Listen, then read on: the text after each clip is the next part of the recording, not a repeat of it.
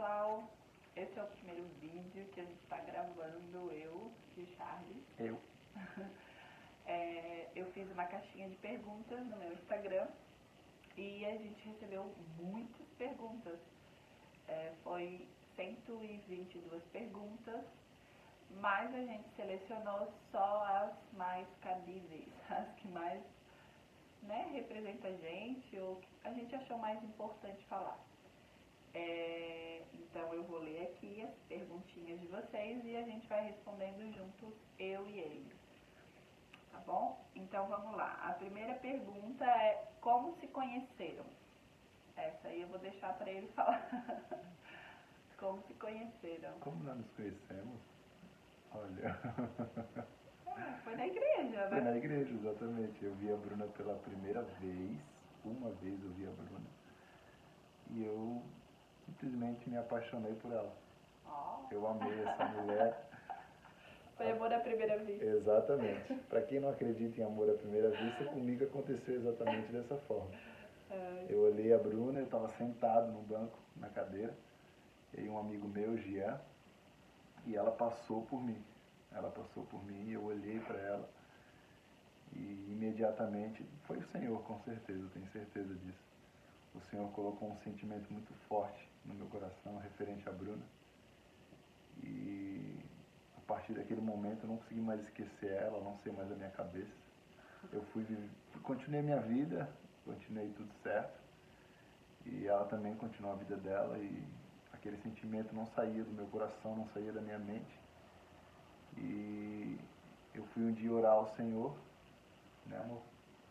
Eu fui orar ao Senhor e eu lembro que o meu quarto estava todo escuro, assim. E eu orei a Deus e perguntei a Deus por que aquele sentimento continuava no meu coração. E foi a primeira vez que eu ouvi nitidamente a voz do Senhor, assim. Ele me falou que a Bruna ia ser a mulher que eu ia me casar. E eu não corri atrás dela, não disse assim, agora Deus falou que você vai casar comigo. Não, não foi assim. Eu simplesmente fui orar ao Senhor, eu ouvi a voz dele e eu sei que foi ele que falou. Eu permaneci orando, permaneci buscando ao Senhor. E chegou um certo dia, depois de muito tempo, eu e a Bruna, a gente virou amigo e foi exatamente assim a oração que eu fiz para Deus. E se fosse mesmo ele que estivesse falando comigo, que a gente ia virar amigo, que a gente ia se conhecer. E a gente foi se conhecendo, até que chegou um dia eu falei para ela, né, amor? Falei para ela que Deus tinha me falado que ela ia ser a mulher que eu ia me casar. Ela se assustou. Ela se assustou, ela ficou assim, ficou uma semana sem falar comigo, mais ou menos. Mas depois deu certo. Ela ficou uma semana sem falar comigo, assustada. Aí até que chegou um dia, ela disse assim, pô, se foi Deus mesmo que falou. Ela foi perguntar também ao Senhor, né, amor? E Deus também falou o coração dela. E lá foi a grande missão, fui pedir pro meu sogro para namorar com essa mulher. Foi isso, né? Foi exatamente isso aí. Tá. A próxima pergunta é: quanto tempo de casados? Nós temos 9 anos de casado, vamos fazer 9 anos dia 10 de junho. Já tá chegando. Exatamente. Em plena quarentena. Com quantos anos tiveram filhos? Eu casei com 19 e engravidei com 19 também. Eu casei e depois de 6 meses eu engravidei. A gente casou em junho, eu engravidei em dezembro, dia 25 de dezembro, no Natal. E eu fui mãe, a Valentina nasceu, eu tinha 20 anos e o Charles 22, 23. Eu casei com 22. Isso aí. Foi, né? O Charles com 23. Casei com 22 e fui pai com 23. Quanto tempo de namoro? Nós namoramos 1 ano e meio. 1 ano e meio. Namoramos, noivamos e casamos em 1 ano e meio. Exatamente. Nós começamos a namorar em fevereiro. Fevereiro do outro ano a gente noivou e em junho do mesmo ano a gente casou. Se Deus falou, case de uma vez. Isso aí. Case e não fique enrolando, a varoa. Daí, que Deus prometeu a você, viu? A próxima pergunta A próxima pergunta é: pretendem ter mais filhos? Meu Deus, essa é a pergunta que eu mais recebo na vida. Pra quem não sabe, a gente já tem a Valentina, que tem 7 anos, e a Charlotte, que tem 3 anos. E elas apavoram. Quando eu casei, eu queria ter 5 filhos. Aí a Valentina nasceu, ela vale por 4, e nasceu a Charlotte, fechou, já dá uns 7 filhos aí, somando a agitação das duas, já dá uns 7 filhos. Foi exatamente nessa conversa, meu amor, que tu falasse pra mim que eu queria ter 5 filhos, eu falei desse, não, beleza, eu queria ter 5 filhos. E foi exatamente nesse dia que a gente decidiu. Exatamente. A gente nem namorava ainda, a gente nem namorava, a gente já conversava sobre filhos. Porque isso são coisas que a gente conversa quando tá namorando, ok? Sobre filhos, sobre vida, quanto tempo de casado quer ter filho, esse tipo de coisa. Porque depois você casa e vai que a pessoa não tem os mesmos sonhos que você. E você vai ser frustrado no casamento. Exatamente. Então, case com alguém que sonhe os seus sonhos. Exatamente. Okay? E a gente decidiu, né, amor, que a primeira filha que a gente ia ter, a gente sabia que ia ser uma menina também. A gente queria uma menina. A gente queria muito uma menina. E a gente falou assim, ó, se a gente ter uma menina, nosso primeiro filho vai se chamar Valentina. E foi exatamente o nome que a gente colocou na nossa primeira filha. A Valentina. A Valentina. Então, pensam em ter mais filhos? Respondendo, não sabemos. Não sabemos. Tem dia que a gente quer, tem dia que a gente nem pensar em sonhar em ter outro filho. Não sabemos. Não é nada definitivo, Charles não fez nada, nem eu, então a gente ainda pode ter filhos, mas neste momento nós não queremos ter filhos. Estamos curtindo as nossas duas meninas. Como a gente casou e logo teve filho, esse é o momento que a gente está curtindo mais o casamento. Estamos curtindo nossas meninas. Né? É isso aí. A próxima pergunta é: quem se interessou primeiro? Ele já respondeu que foi ele. Eu demorei um tempinho para me interessar, mas hoje sou bem interessada. Mas eu amo mais. Não. Vocês têm uma música? Olha, acho que não. A gente ama música, né, amor? A gente ama música, mas a gente tem uma em especial. Uma música em especial, não, assim. Acho que não. A gente ama música. Toda música. O Charles é músico, então a gente acaba sendo bem músico aqui em casa. Mas toda a gente música não... pra gente é especial, mas uma que marcou, assim, não. Tem música que fala o nosso coração, assim, mas uma música assim, uma música em especial, não temos, não. Qual foi a pior dificuldade que já passaram? Tu fala. Então, deixa eu ver. A pior. Foi muitas coisas intensas. Foi bastante coisa. Foi algumas...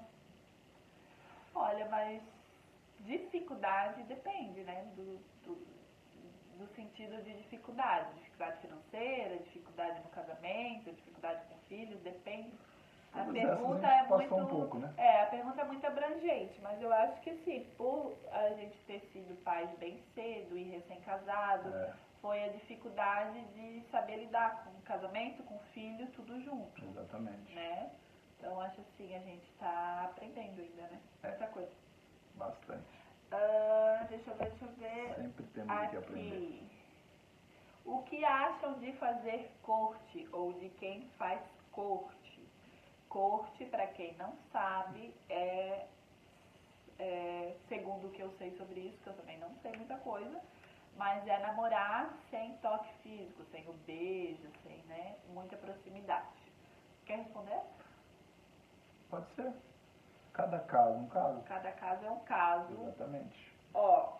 Minha opinião, né? Lembrando que tudo que a gente está falando aqui é minha opinião e a opinião dele, baseado no que a gente acha, não é uma regra. Sobre corte, minha opinião, o casamento ele não é feito só de, né, espírito, só de alma, eu amo uma pessoa. O casamento é feito de atração, de desejo, né? Então, eu particularmente acho assim que a pessoa que tu vai casar, ela tem que te respeitar no namoro. Se ela não te respeita no namoro, ela não vai te respeitar no casamento.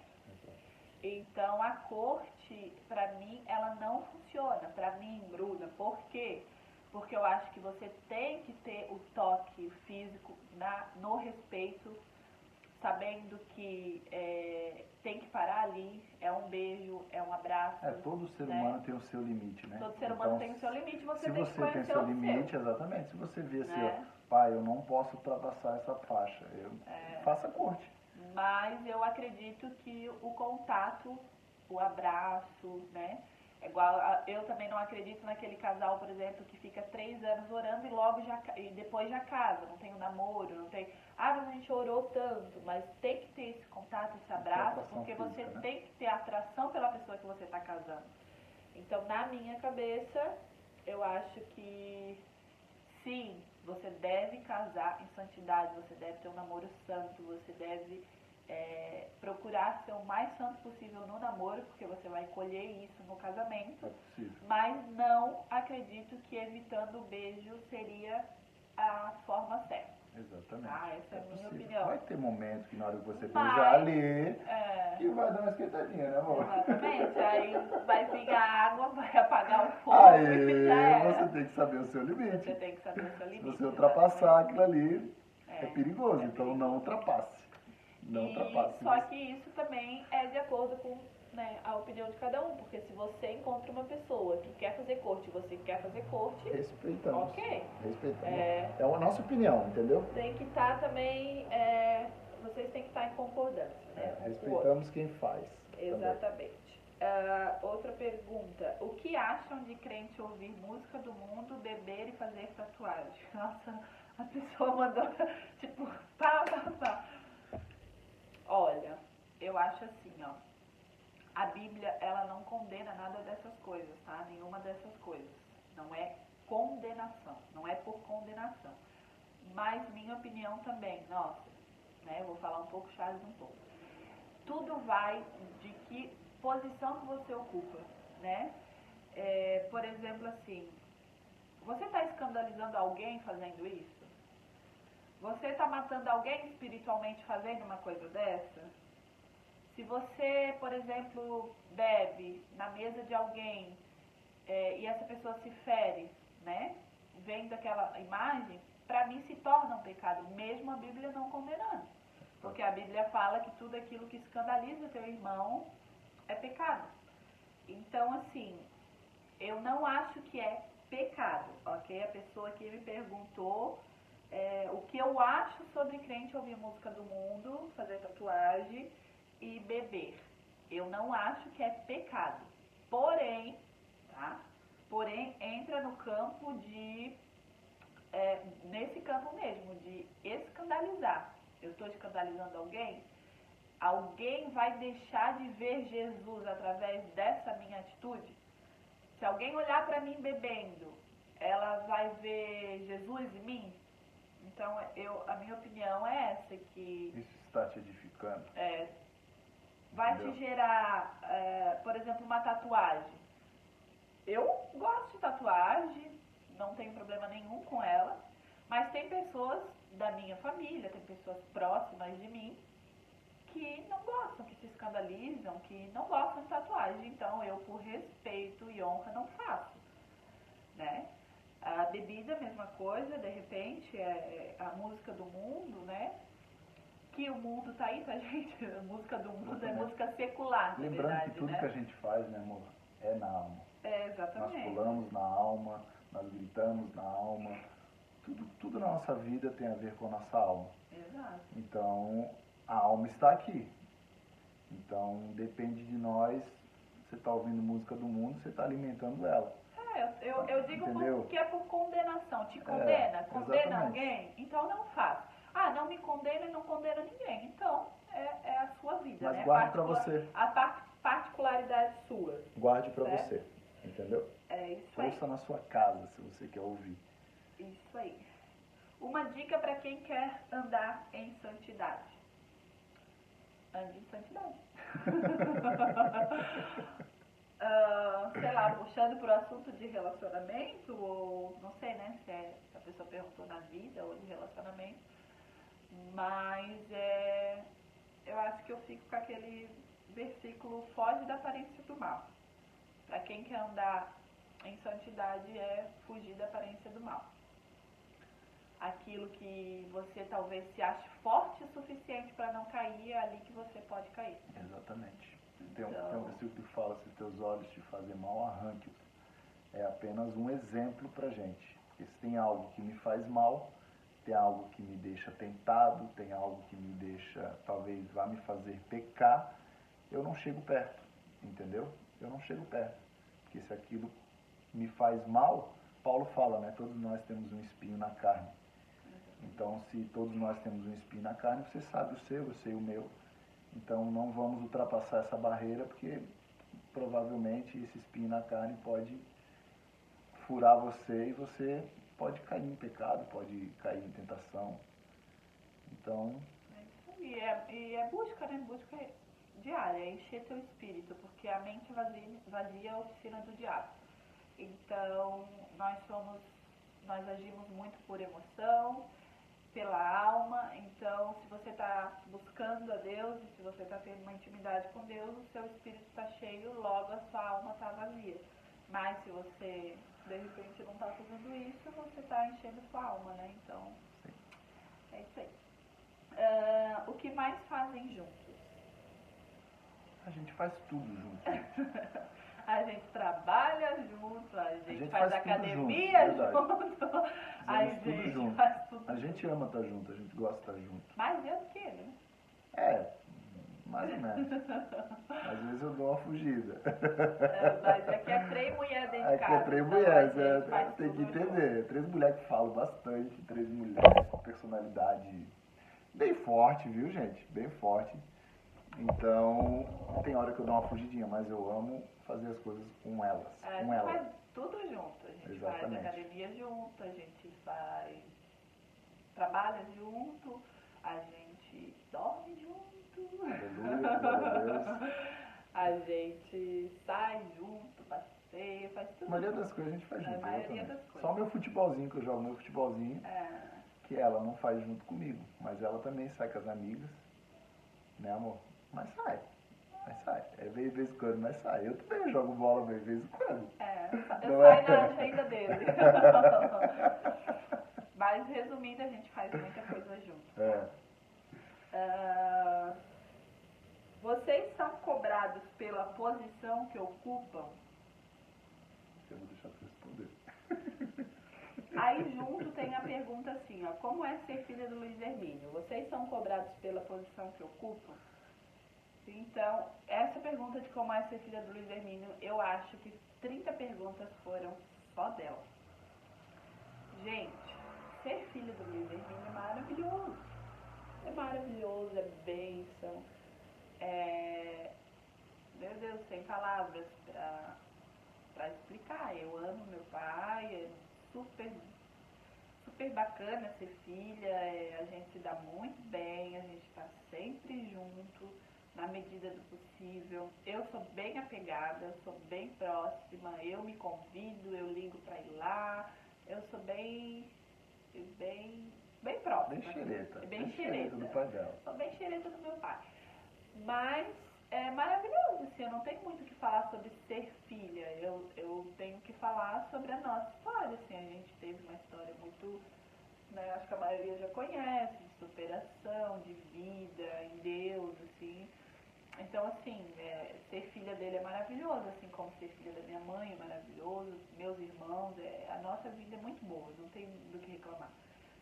Levando para pergunta de como é ser filha do apóstolo Luiz Hermínio, também é maravilhoso, também é um privilégio, também é um privilégio que muitas das vezes não vivem, né? Graças a Deus a gente tem uma família muito unida, a gente tem uma família que é bênção, uma família que é família, meus irmãos são família.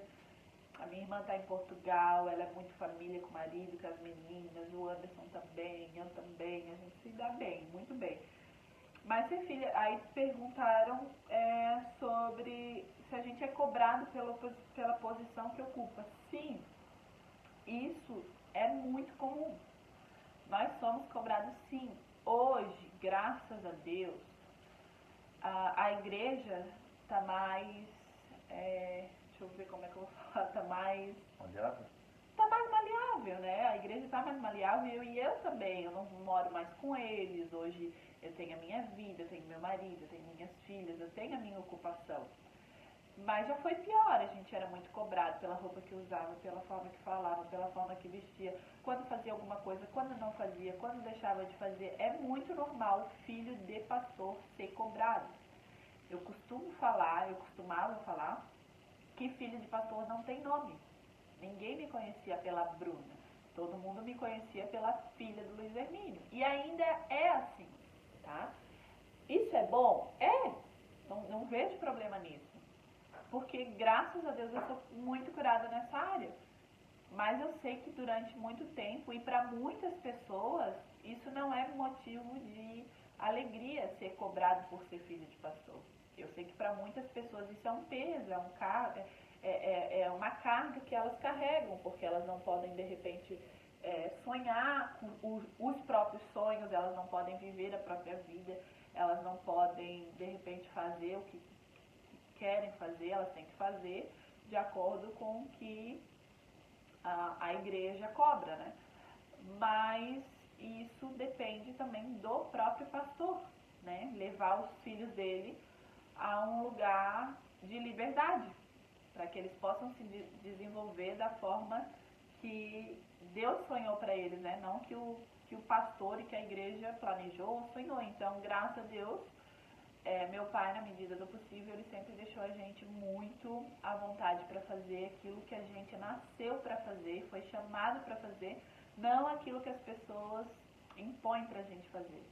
Então, durante muito tempo foi um peso, sim, hoje não é mais. E o que eu quero falar para todos os filhos de pastores é: ser filho de pastor é um privilégio que Deus te deu. Ser filho de pastor é uma forma de Deus usar você. E hoje eu penso que tudo que Deus fez na vida do meu pai foi porque ele teve eu como filha, ele teve a Pamela como filha, ele teve o Anderson, ele teve o Samuel, ele teve minha mãe. Senão não seria assim, a história seria outra. Então eu me coloco nessa história. Você precisa se colocar na história de vida do seu pai, da sua mãe, porque você faz parte dela. E você faz parte desse propósito. Quando Deus chamou o seu pai e a sua mãe, ele não chamou só ele chamou você também. E por experiência própria, não tem para onde fugir. Você pode ir para a direita, para a esquerda, para frente, para trás. O encargo está sobre você também. Exatamente. A forma com que você vai lidar com isso, que você vai fazer isso, que você vai se abrir para isso, é Deus que vai dizer, né? O meio que você vai trabalhar, onde você vai servir melhor. Talvez você nunca vai estar à frente de uma igreja, de um ministério. Exato. Mas o encargo pastoral, ele está sobre a sua vida. Sobre a sua vida. Ele está sobre a sua vida. E isso é uma coisa que não tem como fugir. Não tem como fugir, porque é um encargo que está sobre a sua casa, sobre a nossa casa. Exatamente. E é um privilégio, a gente vê como um privilégio mesmo. Hoje é uma honra. Exato. Ser esposo de uma filha de pastor. É isso aí. Como lidam com as críticas? Olha, é difícil, né? Depende do momento. Depende do momento, Essa semana eu ainda estava falando com o Charles que, para você que acha que existe crítica construtiva, não existe. A crítica construtiva, ela não existe, ela é uma crítica. Você está criticando e dando a desculpa que está criticando construtivamente, mas não tem. Se você quer fazer isso, você dá uma sugestão. Se você acha que a pessoa está fazendo alguma coisa de errado, você dá uma sugestão para que ela mude. Né? Então, a crítica, não existe crítica construtiva. Levando para o lado de crítica mesmo, como lidar com ela? Eu acho que tem 3 formas de lidar com ela. Primeiro, você sabe quem você é? Você se conhece? Se você se conhece e sabe quem você é, não importa o que os outros falem, não vai te atingir, porque você se conhece. Você tem a sua identidade firmada em Deus. Levando para o outro lado de que você não tem a sua identidade firmada em Deus e que você não se conhece, é aí que mora o perigo. Porque qualquer coisa que alguém falar, você vai levar aquilo sobre si e de repente vai fazer com que aquilo derrube você, com que aquilo frustre você. É isso aí. Fala. Isso aí. Mais uma pergunta. Tem mais uma pergunta? Então vamos lá. Depressão com cristão depressão em cristão é pecado?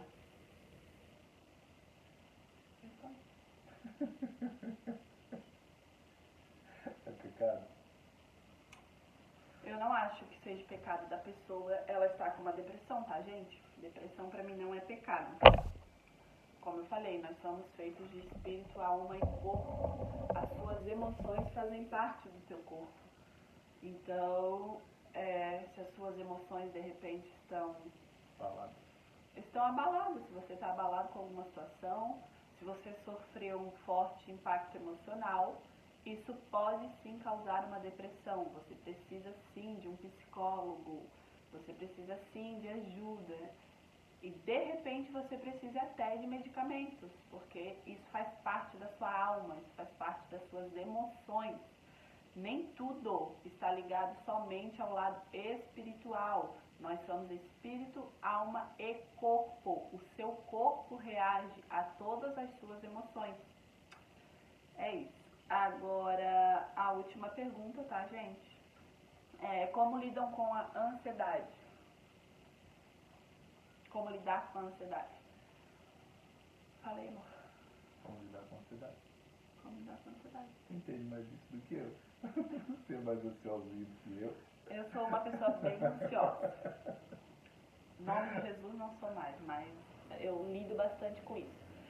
A ansiedade é uma coisa que me acompanha durante muito tempo. E sim, é complicado, não é uma coisa fácil de lidar, deixei de ser ansioso, não. É uma prática diária de acalmar, de respirar, de fugir de repente do problema, de orar, de buscar em Deus. Acho que só Deus mesmo para livrar a gente da ansiedade.